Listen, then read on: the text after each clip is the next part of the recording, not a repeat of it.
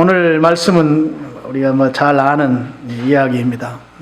포도원 농장 주인이 오늘날로 말하면 인력시장이라고 볼 수 있겠죠. 그곳에 가서 노동자, 인부들을 데려다가 포도를 수확하는 그런 내용입니다. 이 주인이 아침 일찍, 일절을 보면 이른 시간 이렇게 표현이 되어 있어요. 이른 시간이면 짐작해 볼 때 한 아침 한 7시경쯤 될 것 같습니다. 그때 이제 그곳에 인력 시장에 나와 있는 그 인부들을 이제 하루 한 데나리온 품삯을 주기로 하고 데려다가 이제 일을 시킵니다.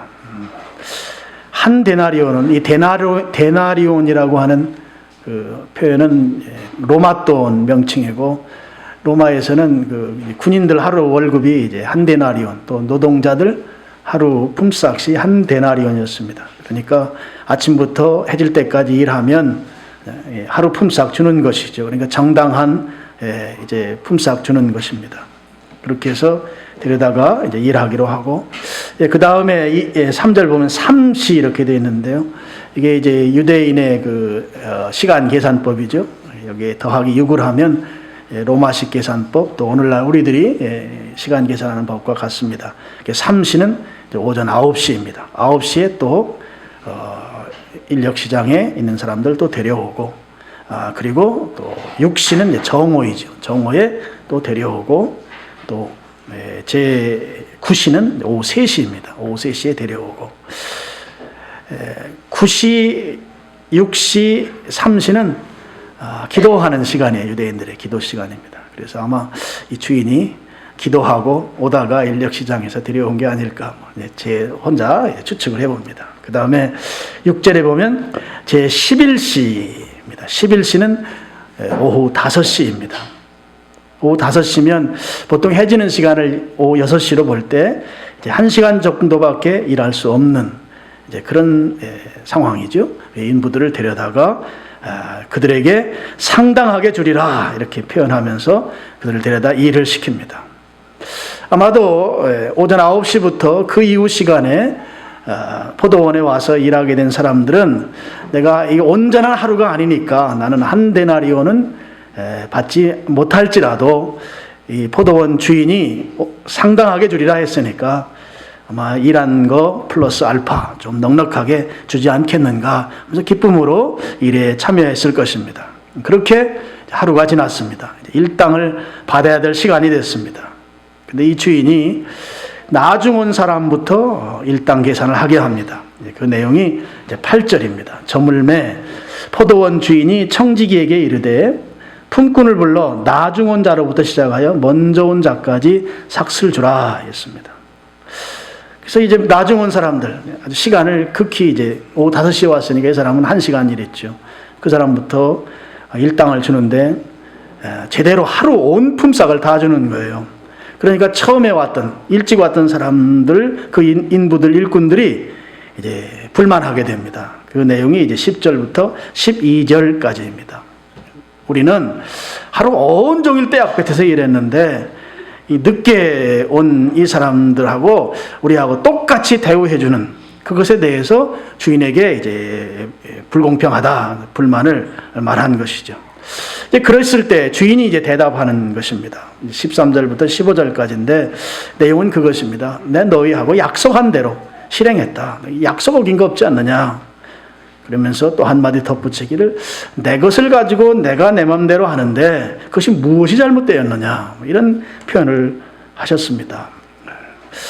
우리 성경 내용 상황에서 만약에 내가 이 포도원 농장의 인부로 가서 하루 일하는데 아침에, 이른 아침에 그 포도원에 가서 일한 인부 입장이라면 아마 우리들도 어쩌면 이와 비슷한 태도를 보이지 않을까 싶습니다.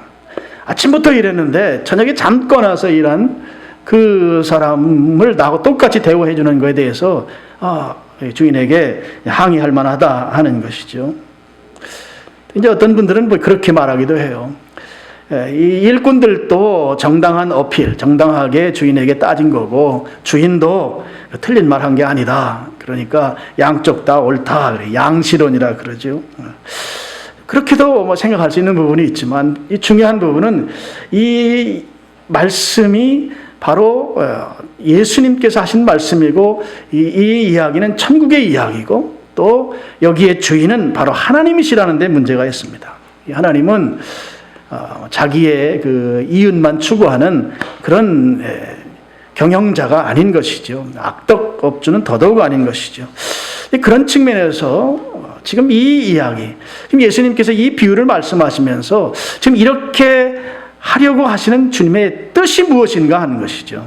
지금 이렇게 하시는 이유가 무엇인가 하는 거예요. 지금 우리에게 말씀하시고자 하는 교훈, 무엇을 말씀하시고자 하느냐 하는 것입니다. 지금 우리가 살아가면서 우리들 특별히 이제 신앙 안에 있는 성도들, 직분자들 우리 속에 뿌리 깊게 자리하고 있는 하나가 있는데 그것이 공로의식이라고 하는 것입니다. 먼저 온 사들이 나중 온 사람보다 나은 대우를 받아야 된다고 하는 지금 성경 10절에 나온 그 표현과 같이 무엇인가 다른 사람과 다른 대우를 받아야 된다고 하는 그 의식, 이것이 바로 공로의식입니다. 예수님께서 이 말씀을 이렇게 강력하게 이들에게 어필한 이유는 이 공로의식을 내려놓으라고 하는 것이죠. 10절 보시면 먼저 온 자들이 와서 더 받을 줄 알았다 하고 한 이 의식, 이 태도가 공로의식이다 하는 것입니다. 아주 일견 합당해 보이죠. 저녁 5시에 와서 뭐 일하는 둥 마는 둥 한 그 사람들에게도 자기하고 똑같이 하루 수당을 주었으니 그거 따지고 더 줘야죠. 뭐 이렇게 말할 수 있다 하는 거죠. 그런 그들의 항변에 대해서 예수님 말씀은 너희들이 하루 일한 거 아니냐. 그리고 내가 약속한 거 아니냐. 너희들이 하루 일했지 이틀 일한 거 아니지 않느냐 하는 거죠. 그리고 오히려 너희들 입에서 할 말은 주인님 오히려 잘하셨습니다. 그렇게 말해야 맞는 거 아니냐 하는 거죠. 지금 늦게 온 자들도 그들도 가족이 있고 또 식구들이 있는데 먹고 살아야 되지 않느냐 하는 거예요.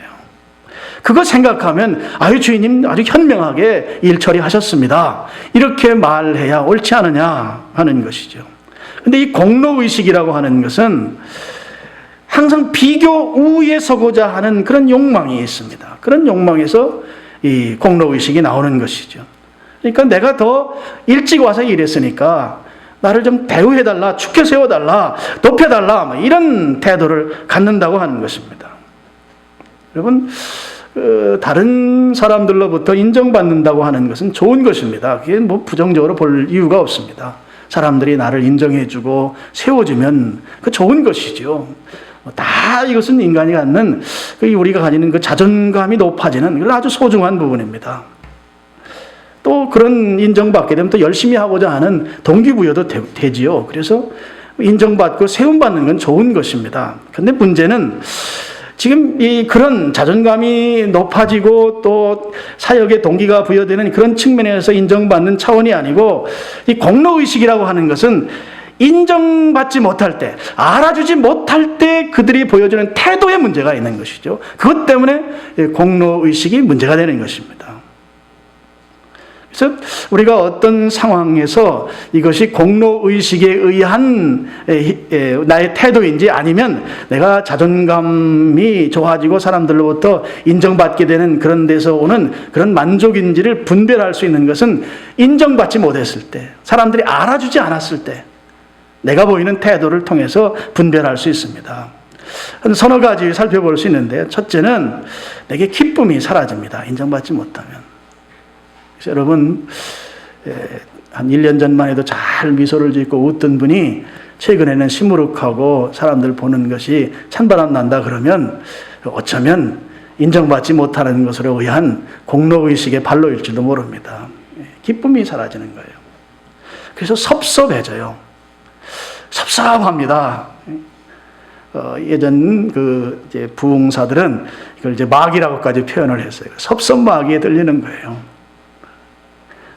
아주 섭섭한 거예요.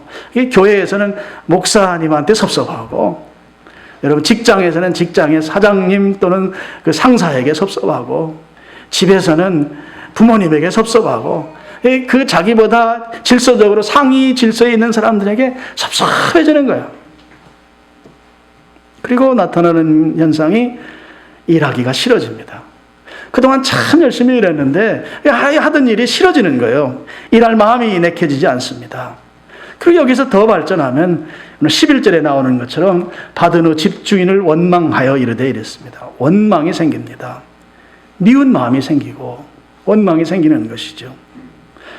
그럼 당연히 원망이라는 것은 이제 언어로 표현되는 거 아니겠습니까? 그래서 입에서 나오는 말이 좋은 말이 안 나오는 거죠. 거친 말이 나오고 상대방이 들을 때 불쾌한 말을 하게 되어 있습니다. 원망이라고 하는 것이 그것이죠. 그러면 서로 간의 관계가 악화됩니다. 관계가 나빠집니다. 그럼 관계가 나빠져 있다. 이것은 공로의식이 그 기저에 깔려 있는지도 모릅니다. 분별해 봐야 합니다. 관계가 악화되면 함께 동역하기가 어렵습니다. 여러분, 이 공로의식 또는 업적의식이라고 볼 수 있는데요. 이 공로의식 또는 업적의식의 반대 말이 은혜의식이에요. 나를 무익한 종으로 여기는 그 의식입니다. 여러분, 공로의식을 갖고 일하는 경우에 성경은 20장 16절에 결론처럼 이야기하는 말씀이 이런 말씀을 기록하고 있습니다. 이와 같이 나중된 자로서 먼저 되고 먼저 된 자로서 나중되리라 하는 말씀을 이 공로의식의 결과로 소개하고 있어요. 이 말씀은 무슨 말씀인가 하면 지금 하나님의 은혜를 먼저 아는 자, 하나님의 은혜의식으로 사는 자가 먼저 된 자이다 하는 것이죠. 모든 우리의 삶에서 사역에서 하나님의 은혜라고 하는 그 의식으로 사는 자가 앞선 자이다 하는 거예요. 많이 일한 자가 앞선 자가 아니고 중직자가 앞선 자가 아니고 신앙생활 오래 한 자가 앞선 자가 아니고 하나님의 은혜를 아는 자가 앞선 자이다 하는 거예요. 공로의식에 대한 예수님의 정면 도전입니다. 여러분, 이른 아침에 농장에 고용된 사람도 그가 일할 수 있다는 그 자체가 은혜인 것이죠. 여러분, 써주지 않으면 일할 수 없습니다. 써주지 않으면 일할 수 없어요. 내가 능히 일할 수 있는 능력도 있고 커리어도 있고 스펙도 있음에도 불구하고 안 써주면 일할 수 없는 것이죠. 쓰임받는 자체가 은혜예요. 여러분 믿습니까? 쓰임받는 자체가 은혜입니다. 여러분, 아무리 일할 수 있는 일터가 있을지라도 내가 건강이 따라주지 아니하면 일할 수 없습니다. 건강한 것, 건강해서 일할 수 있다는 이 자체가 은혜입니다. 내게 일터가 있다고 하는 거 은혜예요. 여러분, 이것은 내가 거기에 대한 이 보수를 많이 받고 적게 받고의 문제가 아니에요. 일터가 있고 내게 일할 수 있는 일거리가 있고 내가 가게를 열었어요. 크게 가게를 열었는데 이 가게에 사람이 찾아와야 되잖아요. 사람이 안 오면 이거야말로 낭패인 거예요. 그럼 일거리가 있다고 하는 거, 고객이 있다고 하는 거, 이게 은혜란 말이에요. 근데 우리가 쉽게 노출되는 이 공로의식, 여기에 빠지다 보면 쓰임받는 그 자체가 은혜인 것을 망각하는 거예요. 쓰임받는 것이 은혜인데 내가 지금 일하고 있는 것이 은혜인데 이것을 잊어버린단 말이죠. 그걸 잊어버리게 만드는 것이 이 공로의식이다 하는 것입니다. 여러분, 본문에 나오는 사람들이 아무리 아침에 일찍 와서 일했다 할지라도 이 공로의식을 내세울 만한 사람들이 아닌 것이죠. 그들이 있었던 장소가 어디입니까? 성경에 보면 이 3절 보세요. 제3시에 또 나가보니 장터에 놀고 서 있는 사람들, 이렇게 되어 있어요. 장터에서 놀던 사람들이에요. 이들의 근본이 장터에서 놀던 사람들, 공로라고 해야 공로를 내세울 것이 아무것도 없는 사람들. 더 근본적으로 가면 이들은 마귀의 지옥의 자식이다 하는 것이죠. 그냥 그렇게 살다가 지옥 멸망에 빠질 수밖에 없는 존재들이다 하는 거죠. 그들을 포도원 주인이 불러낸 것입니다. 이게 은혜라 하는 것이죠. 근데 지금 내가 조금 와서 일찍 와서 일했다고 하는 그 이유 하나만으로 주인에게 따지고 달려들고 있는 것이죠.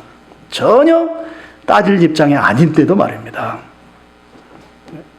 학교 학생들이 한 반의 정원이 한 50명 된다면 반에서 성적이 한 40, 한 3등쯤 하는 친구가 한 48등쯤 하는 친구한테 가서 야 임마 너 그것도 등수라고 받았냐?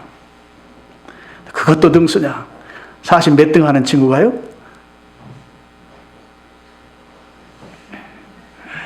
그거와 유사한 거예요.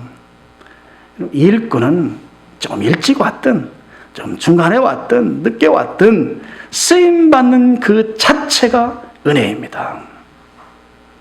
여러분, 쓰임받는 것이 은혜라고 하는 것은 저는 이제 아파본 사람이거든요. 아파보거나 또는 일하다가 중간에 좀 쉬어야 되는, 쉰다는 표현이 맞지는 않는데 하여튼 놀아본, 퇴직해서 다른 일 하지 않고 있어 본 사람은 이 쓰임받는 것이 은혜라는 것이 더 실감날 줄로 믿습니다. 여러분, 성경에 노은다는 표현을 쓰고 있어요. 3절도 노은다, 또 7절 보면 하루 종일 논다, 6절에 보면 하루 종일 논다 이렇게 되어 있는데요. 논다는 이 용어는 연령대별로 의미가 조금씩 다릅니다. 어린아이들에게 논다고 하는 것은 뭐 소꿉장난을 하든 고무줄놀이를 하든 뭐 스포츠를 하든 그 노는 거예요. 즐기는 것이죠. 그들에게 노는 것은 뭐 큰 문제가 안 됩니다. 중고등학생들, 젊은 청년들에게 논다고 하는 것은 또 이런 의미도 있을 수 있습니다. 어깨에 힘을 주고 가끔 가다가 사람들한테 고함도 질러보고 하다가 파출소에 잡혀가 보기도 하고 또 아주 한껏 의시되고 폼 잡는 이런 것을 논다, 뭐 이렇게 말할 수도 있습니다. 문제는 이제 어른의 시기에 논다는 것이죠. 일하는 나이에, 일해야만 마땅한 그 나이에 논다. 이것은 실업, 실직 또는 퇴직, 일할 수 없는 경우를 말하는 것입니다.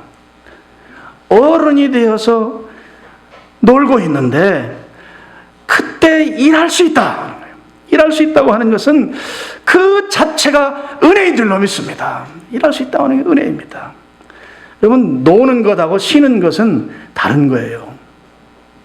쉰다고 하는 것은 일하는 자에게 붙이는 표현입니다. 휴가 간다고 하는 것은 일하는 자에게 맞는 표현인 것이죠. 일하다가 재충전하기 위해서 쉬는 것이죠. 휴가 가는 것이죠. 일이 없이 노는 것을 쉰다고 하지 않는다 하는 것입니다. 제가 차 운전하고 가다 라디오에서 이렇게 하나 들려오는 이야기가 그런 거 들었어요. 50대, 60대 한국의 그 부인들이 남편을 호칭할 때 밥 먹는 거 가지고 호칭한다. 그러면서 쭉 들으니 좀 재밌더라고요. 그래서 설교하기 위해서 제가 인터넷에 검색을 해서 정확하게 이제 찾아봤어요. 그랬더니 이제 그런 거예요. 여러분 다 아시죠? 50대, 60대 부인들이 남편을 집에서 밥 한 끼도 안 먹는 남편, 다 밖에 나가서 먹는 남편을 뒤에다 호칭을 님자를 붙여서 영식님 그렇게 부른대요. 영식님.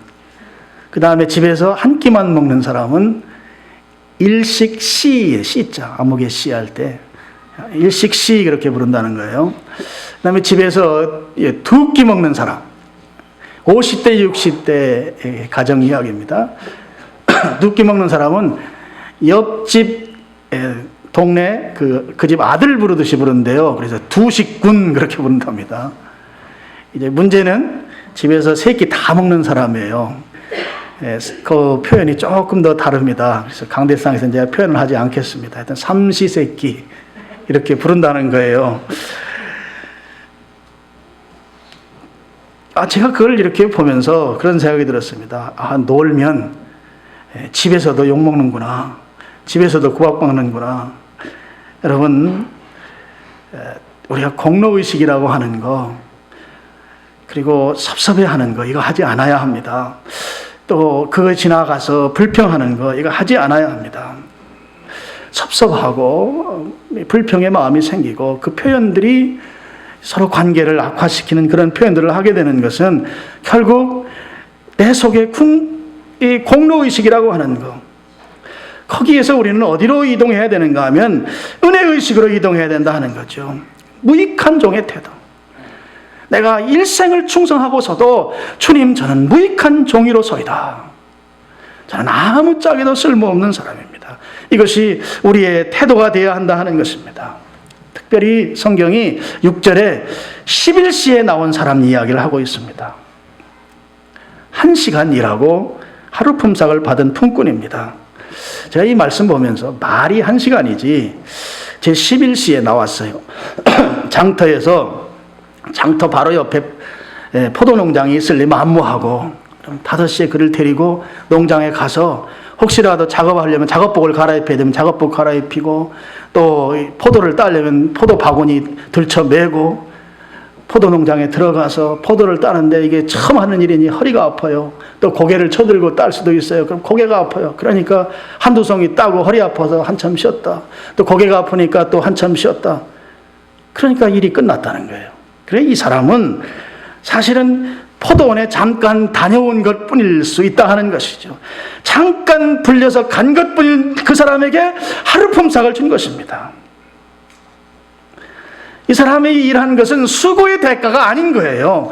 그냥 100% 은혜인 것입니다. 일꾼은 일할 때 품삯을 받습니다. 근데 이 사람은 품삯을 받은 것이 아니고 은혜를 받은 거예요. 은혜를 받은 것입니다. 전혀 자격이 없는데도 불구하고 자격 있는 자로 여겨준 것이죠. 그것이 은혜입니다. 여러분, 오늘날 우리를 일할 수 있는 자로 여겨주시는 주님, 그 은혜 앞에 우리가 부복해야 될 줄로 믿습니다. 이 1시간 일한 사람들 또는 뭐 오후 3시에 온 사람이든 정오에 온 사람이든 써주신 것만 해도 감사한데, 써주신 것만 해도 감사한데 하루 품삯까지 주시다니요. 저를 일하게 해주신 것만 해도 감사한데 어찌 품삯까지 주시나요? 이것이 품꾼의 바른 태도이죠. 늦게라도 써주신 것에 대한 올바른 합당한 태도이다 하는 것입니다. 여러분, 바울 아시죠? 바울이 이런 부분에서 고백한 내용이 있어요. 고린도서 15장 10절, 우리 스크린 한번 보여주세요. 스크린 보시고 우리 같이 한번 읽어보겠습니다. 예, 보이시죠? 예, 같이 한 목소리로 합독하겠습니다. 그러나 내가 나된 것은 하나님의 은혜로 된 것이니 내게 주신 그의 은혜가 헛되지 아니하며 내가 모든 사도보다 더 많이 수고하였으나 내가 한 것이 아니요 오직 나와 함께 하신 하나님의 은혜로다. 나의 나된 것이 은혜입니다. 많이 일하고도 많이 일한 것이 은혜입니다.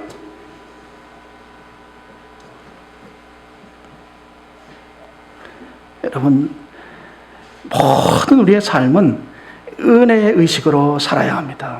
그래서 지금 이 자리에 우리 함께 나와 예배드리고 있잖아요. 이거 은혜입니다. 그래도 4층까지 올라오려면 여러분 올라올 에너지 있어야 합니다. 우리 교회 예전에 올라올 수 있는 건강이 안 돼서 못 오신 분들이 계셔요. 제가 너무너무 안타까웠죠. 여기 와서 예배 같이 드릴 수 있는, 그리고 여러분들 이런 예배 공간이 있고, 저야 뭐 부족하지만 또 이렇게 예배를 인도하고 교회를 이끌어가는 담임 목사가 있고, 다 은혜입니다. 이곳에 하남시 또는 서울 또는 광주에 사는 게 은혜예요. 내가 한국 사람인 게 은혜입니다. 또 지금 가정이 있는 것이 은혜이고, 또 배우자가 있는 것이 은혜이고, 자식들이 있는 것이 은혜이고, 비록 속을 썩이는 자일지라도 은혜인 것이죠. 은혜입니다. 옆에 성도와 함께 앉아서 예배드릴 수 있는 옆에 있는 그 사람이 내 옆에 앉아 있는 것도 은혜이고, 내가 호흡할 수 있는 것도 은혜이고, 모든 것이 다 은혜인 것이죠. 우리는 은혜로만 살아야 돼요. 은혜의식으로만 살아야 됩니다. 다 은혜입니다. 다 하나님의 은혜이죠. 전부 다 하나님의 은혜입니다. 오후 5시 6절에 제11시에도 오후 5시가 의미하는 바가 무엇일까요? 오후 5시. 이 사람 굉장히 게으른 사람이다. 저는 그렇게 봐요. 아마 이 사람이 이른 아침에 나왔으면 이른 아침에 데려감을 당했을지 몰라요. 오후 5시 하루 종일 낮잠 쳐다다가, 쳐잔다고 표현해야 맞을 것 같아요. 늦게서 나온 사람. 무언가 삶에 의욕이 없는 사람, 그냥 산이 사는 것 같이 무기력해진 사람, 그런 사람일 수 있습니다. 또 하나는 사람들로부터 관심 밖으로 멀어진 사람일 수 있어요. 소외된 사람, 사람들이 별로 알아주지 아니하는 사람, 5시까지 그 자리에 있어야만 되는 그 사람, 그 전에 사람들로부터, 포도원 농장 주인으로부터 피택되지 못한 그 사람, 사람들로부터 외면받은 사람, 그 사람일 수 있습니다. 오후 5시는 어쩌면 우리의 인생의 황혼기를 의미할 수도 있어요. 인생을 이제 거의 다 살고 이제 주님 품으로 갈 날이 가까워진 그 시간, 그 사람 인생의 황혼기를 의미할 수도 있습니다. 여러분 6절 보면 제11시에도 나가보니 서 있는 사람들이 또 있는지라 이르시되 너희는 어찌하여 종일토록 놀고 여기 서 있느냐. 7절 이르되 우리를 품꾼으로 쓰는 이가 없음이니이다. 5시에 너 왜 하루 종일 여기 놀고 있느냐. 이 포도원 주인이 물었을 때 우리를 품꾼으로 쓰는 사람이 없습니다. 우리를 데려다가 쓰는 분이 없습니다. 이 사람들 힘도 없고 사람들로부터 피택받을 만한 스펙도 없고 인정받지 못하는 그야말로 부족한 자들인 것이죠. 그럼에도 불구하고 우리 주님께서 그들을 데려다 쓰신 것입니다. 실제적으로 쓰신 것이 아니고 데려다가 포도원 농장 구경만 시킨 거라고 해도 과언이 아니죠. 와서 농장 한번 구경해라. 그렇게 하고 한 데나리온을 그에게 주었습니다. 이것이 주님의 은혜입니다. 주님은 어떤 경우에도 포기하지 아니하시고 우리를 은혜 아래로 이끌어 가신다 하는 것이에요. 그게 우리의 주님이십니다. 우리의 주님, 우리의 하나님은 은혜의 하나님이세요. 은혜의 하나님이십니다. 지금 교회 공사 지금 진행 중인데요. 그 집안이 약해서 파일 박는 일을 지금 합니다. 아마 이번 주 수요일까지 한다고 그래요. 제가 이제 파일 박는 그 공사하는 걸 보면서 이제 그동안 전혀 저는 생각하지 못했던 부분이, 근데 제가 그거 처음에 가서 보고 정말 하나님의 은혜다 하면서 하나님 굉장히 감사했어요. 왜 아주 그 감격이, 남다른 감격이 저에게 생기더라고요. 전혀 생각하지 못했었던 상황인데 이제 땅이 집안이 약해서 파일을 박는 파일이 그렇게 굵은 걸 갖다 또 그렇게 긴 걸 갖다 박는 건 제 머릿속에 생각도 못했어요. 그리고 그렇게 또 많이 박아야 된다는 것도 생각지도 못했어요.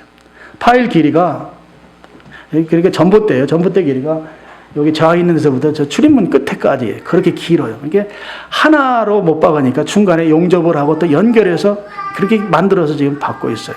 연결하고 그러는 작업만도 이틀이 걸리고. 그런데 제가 어디에서 정말 하나님의 은혜다 생각을 했는가 하면, 오늘 파일을 받게 된, 지지를 조사해 받게 된 것도 은혜지만, 그 옆에 보면 주택부지예요. 우리 교회 옆에가 주택부지인데, 주택부지에다가 그 파일을 갖다 지금 쌓아놓고 작업을 합니다. 근데 우리 교회가 만약에 그 주택부지에 한 집이라도 건축을 시도하고 있거나 한 집이라도 거기에 무엇인가 다른 일을 하고 있었다면 도저히 우리 교회 파일 공사 제대로 할 수 없습니다. 어마어마해요. 여러분 한번 오늘 집에 가시다가 차 있는 분들 한번 들려서 한번 가보세요. 장비가 어마어마하고 그 파일이 어마어마해요. 근데 그것을 참 너무너무 감사한 것이, 예전에는 막 울퉁불퉁 지저분했는데 그걸 또 다 다져놓은 거예요. 운동장을 만들어놨어요. 딱딱하게 우리 쓰라고. 거기다가 파일을 갖다 놓고 공사를 하는데, 만약에 정말 거기에 사용할 수 없었다. 이게 우리 땅도 아니죠. 우리 교회 땅도 아닌데. 그러면 이게 다른 장소에서, 제3의 장소에서 파일을 조립해서 그 큰 트레일러 차로 그걸 실어다가, 여러분 그 옆에 물론 지금 다 아스팔트 깔아놨는데 아스팔트도 공사할 수 없어요. 결국 하나하나를 외부에서 갖다 그걸 거기다가 심는다고 할 때 그 비용은 얼마일 거고 그 공사 기간은 얼마일까? 너무너무 감사해요. 전혀 생각지도 못했던, 저는, 혹시 여러분들은 생각하셨을지 모르겠습니다. 전혀, 정말 눈꽃만큼도 생각하지 못했던 부분인데, 그런데 그 넓은 땅을 근데 얼마나 감사한가 하면 우리 교회는 금년도에 건축할 수 있도록 이게 건축 허락이 이미 떨어져 있었고, 이 상황들이 정말 기가 막혀요. 왜 하나님이 이렇게 일하셨을까? 근데 거기에 다른 주택들은 금년 12월 이후에나 공사할 수 있어요. 한 집도 거기에 공사할 수 없는, 그 지역에 제가 들은 바로는 고압선이 있는데 거기 그 시설 그 처음에 그 조정, 그 기반 조성하는 그 건설 업체에서 여기는 고압선 처리를 해야 되기 때문에 금년 안에는 공사하지 못하도록 그 LH 공사하고 그렇게 이야기를 했다고 그래요. 근데 우리 교회만 미리 결정이 난 거예요. 그런 과정들의 뒷이야기가 있습니다만 생각하고, 어쨌든 우리 교회가 그런 공터가 없었으면 교회 짓는데 너무너무 힘들 뻔했고, 너무너무 많은 비용이 지불될 뻔했고, 그리고 만약에 울퉁불퉁한 장소로 그냥 있었으면 그것 또한 곤란할 뻔했고, 다 매끈하게 다 돼 있고 그 롤러로 다 다져놓고, 에베네셀, 저는 지금까지만 보면서도 하나님이 우리와 함께 하신다, 정말 갚을 수 없는 은혜, 그런 생각을 하면서 제가 감격했었습니다.